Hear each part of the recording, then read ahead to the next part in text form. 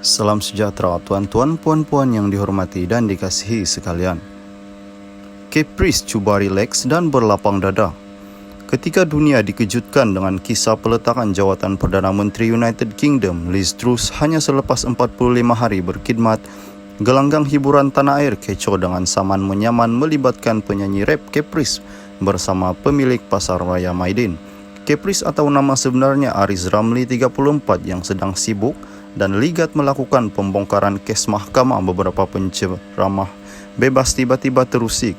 Jiwanya yang selama ini kebal kecaman bertukar panas hanya disebabkan untayan ciapan Twitter rasmi Maidin yang antaranya berbunyi, "Mula-mula ingat nak beli tea je, sekali terbeli cap dengan rice."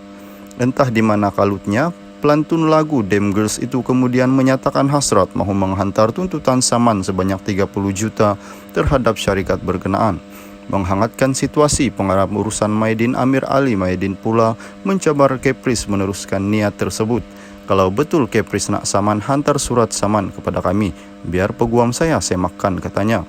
Tidak berada di posisi untuk menghakimi ideologi Caprice, namun di sebalik hal kecil tersebut, sudah jauh perjalanannya terutama usai apa yang dikerjakan di Jordan sedikit masa terdahulu.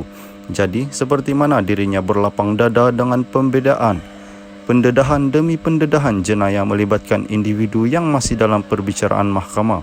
Energi sama sepatutnya tumbuh ketika itu. Berlapang dadahlah seluas-luasnya memulangkan segala sindiran bahkan cercaan sekeliling. Bukan bermaksud membiarkan orang lain memijak-mijak kepalanya atau menghalalkan bully cyber, tetapi fokus sahaja apa yang ingin dilakukan.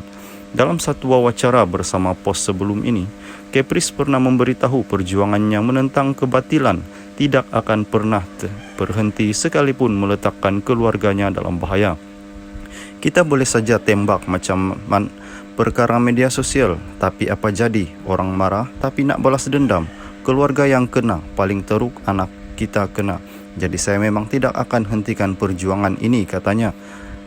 Adakah apa yang dimaksudkan Caprice apabila dia sentuh orang lain? Itu tidak mengapa. Namun jangan dirinya disentuh atau diperli mana-mana pihak sekaligus menjadikan dirinya untouchable. Hanya Caprice boleh memberikan jawapan. Ramai percaya dia bukanlah figura yang bercakap seperti tin kosong. Untuk Caprice, kembali ke landasan walk the talk atau memudahnya cakap biar serupa bikin. Dalam masa terdekat, Caprice juga bergelut dengan provokasi termasuk seorang netizen berhubung sesuatu isu dan juga pius shade yang menyentuh hal peribadinya, yaitu tegur aurat istrinya. Caprice hanya perlu sisihkan sindiran kerana masih ramai yang menghormati perjuangannya. Yang sudah jauh perjalanan, usah mempedulikan sindiran, digelakkan, koyak atau rapuh. Inilah ujian sebenar Caprice untuk membuktikan keutuhan jiwa dan keikhlasan usaha jihadnya. Salam sejahtera, tuan-tuan, puan-puan yang dihormati dan dikasihi sekalian. Kerap ulas kes kontroversi, individu wanita ingin dedahkan sisi gelap Caprice pula. Tunggu je dia bertemu ruas. Umum mengetahui mengenai penyanyi rap Caprice yang juga sejak kebelakangan ini aktif membongkar kontroversi dan membuat ulasan mengenai individu tertentu di laman Instagramnya. Terbaru, seorang wanita di TikTok tampil menyatakan bahawa dia bersedia untuk membongkarkan sisi gelap penyanyi tersebut. "Kami dah ready nak bongkarkan sisi gelap Caprice," tulisnya dalam video. Video pendek berdurasi kurang 15 saat dilihat dibanjiri dengan komen-komen warganet yang menyatakan mereka tidak sabar untuk mengetahui sisi gelap Caprice pula. Dia cakap macam dia tak ada sisi gelap pula. "Aku tunggu je dia beritahu dia bertemu ruas. Go girl," mewakili netizen, go.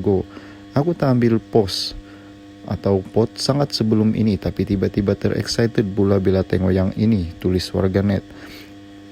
Tidak kurang juga ada yang sempat berseloroh dengan mengatakan Caprice akan diserang jika kacau bos Maidin. "Dia kacau ustaz-ustaz, dia steady lagi, dia kacau bos Maidin, habislah dia, mafia Maidin dah nak serang," tulis seorang warganet. Terdahulu, Caprice kerap dilihat berkongsi pandangan mengenai kes-kes yang berlaku melibatkan orang awam dan orang ternama, sehingga kan ada individu yang menyifatkan sebagai attention seeker. Salam sejahtera tuan-tuan, puan-puan yang dihormati dan dikasihi sekalian. Kaunselor tegur Kepris, jangan buka aib orang lain, ingat mati. Seorang kaunselor Mokhtar Mohamed memuat naik video teguran di TikToknya secara terbuka kepada penyanyi rap Kepris agar segera berhenti mengupas segala isu membabitkan aib orang lain. Menerusi video berdurasi 56 saat itu, Mokhtar meminta Kepris untuk tidak lagi mencari kesalahan sesetengah pihak dan kemudian menggunakan platform media sosial untuk dijadikan perkara itu sebagai bahan tular. Jelasnya perbuatan membuka aib orang lain merupakan perbuatan yang tidak baik dan dimarahi oleh Allah serta Rasulullah. Allah dunia akhir zaman ini, tak sudah-sudah kita nak cari kesalahan orang dan viralkan biar orang ramai tahu. Masya Allah. Ini pesanan haji untuk Kepris dengan kes Piu Azman pula. Haji tak nak bela siapa-siapa. Tak kata Piu Azman salah atau betul, tetapi Kepris tolonglah. Sudah-sudahlah buat kerja macam ni. Rasulullah marah, tak suka kepada orang yang buka aib sendiri, apalagi aib orang lain. Janganlah, pesannya. Katanya lagi dia tidak membela mana-mana pihak, namun hanya memberi teguran ke atas tindakan yang salah. Kalau benda itu tak betul, dosa kita akan berantai-rantai kerana viral dan ke seluruh dunia. Sudah-sudahlah, mari ingat mati. Kita jadi orang baik, buat kerja baik, tak payah nak cari bela agama. Pembela bangsa dengan guna kuasa viral dan aibkan orang lain. Ingat mati, tegasnya. Salam sejahtera tuan-tuan, puan-puan yang dihormati dan dikasihi sekalian. Cap dan Rice tidak jatuh reputasi Kepris, kata peguam. Perkataan Cap dan Rice yang dimuat naik dalam hantaran syarikat pemborong dan peruncit Maidin Muhammad Holding Berhad Maidin di Twitter baru-baru ini tidak akan menjejaskan reputasi penyanyi rap Kepris. Perkara itu dijelaskan oleh peguam Syed Mohamed Adib Barakbah Syed Muhammad Azman Brakbah menerusi hantaran videonya di TikTok semalam. Isu Kepris dan Maidin ini menarik perhatian saya apabila Kepris ingin saman 30 juta sekiranya Maidin gagal membuat permohonan maaf dan turunkan semula hantaran tersebut. Saya ingin mengatakan isu ini dari segi pandangan undang-undang dengan apa yang akan berlaku sekiranya saman ini betul-betul berlaku, katanya. Jelasnya sekiranya situasi ini berlaku, pihak peguam akan melihat ia sebagai saman berbentuk fitnah. Terdapat 3 elemen dalam kes fitnah. Saya akan kongsikan 2 dan berbalik kepada isu tersebut. Adakah ia membawa fitnah dan ditujukan kepada Kepris? Kata soalannya. Syed Muhammad Adib memaklumkan 2 perkataan yang ditulis pihak Maidin tidak mempunyai unsur menjatuhkan reputasi Kepris. Itu satu elemen yang jelas menunjukkan saman tersebut tidak akan berjaya, ujarnya. Selain itu soalannya lagi, adakah hantaran itu merujuk kepada Kepris? Ya, hantaran Maidin nyatakan betul ia boleh dirujuk kepada Kepris, tapi mungkin juga ia merujuk kepada jenama lain. Terdapat banyak jenama lain yang mempunyai perkataan CAP juga. Saya percaya kita boleh berfikir 2-3 jenama yang ada jelasnya. Tambahannya, 2 elemen yang dikaitkan dengan sama fitnah serta merujuk kepada kes yang tular itu seperti tidak akan berjaya kerana tiada unsur berkaitan yang kuat dijadikan sebagai bukti kes. Barangkali bahawa ke mahkamah tidak berjaya kerana tidak mempunyai keperluan, dan satu lagi, kalau berjaya, adakah boleh membawa kepada 30 juta? Tiada lagi kes fitnah di Malaysia yang mencapai 15 juta, apatah lagi 30 juta walaupun berjaya. Bagi pandangan saya, walaupun Kepris berjaya dalam kes ini, menyaman Maidin paling tinggi 10,000, kongsinya. Salam sejahtera tuan-tuan, puan-puan yang dihormati dan dikasihi sekalian. Cap dan Rice tidak jatuh reputasi Kepris, kata peguam. Perkataan Cap dan Rice yang dimuat naik dalam hantaran syarikat pemborong dan peruncit Maidin Muhammad Holding Berhad Maidin di Twitter baru-baru ini tidak akan menjejaskan reputasi penyanyi rap Kepris.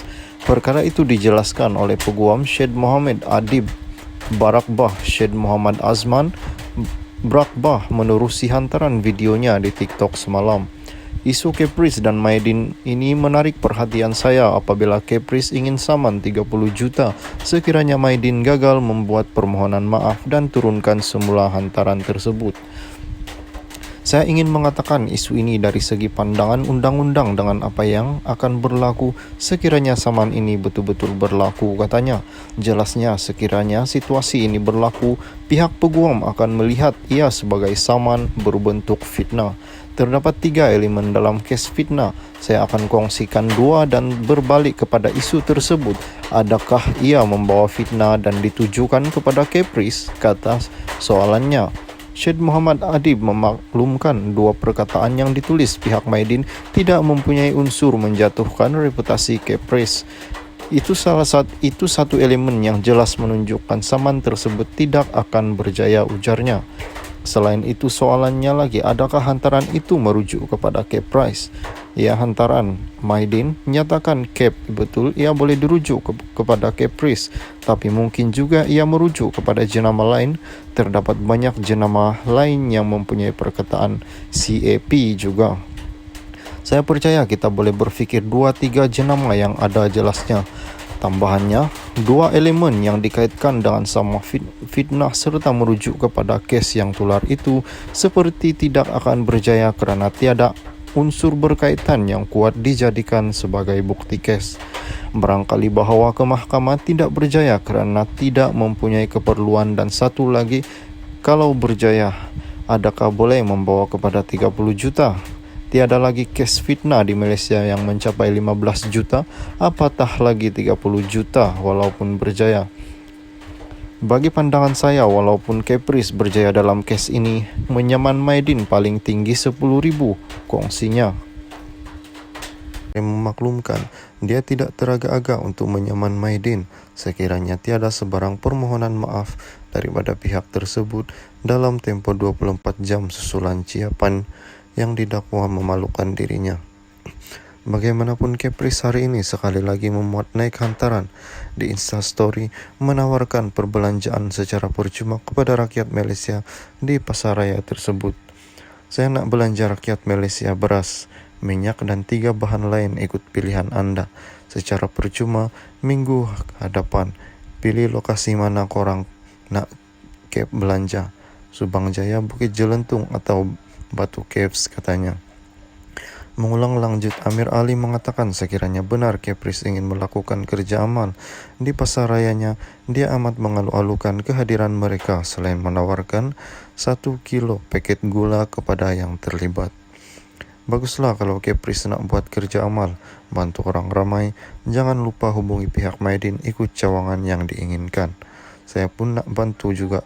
Bagi yang terlibat Maidin akan beri 1 kilo gula kepada anda, katanya.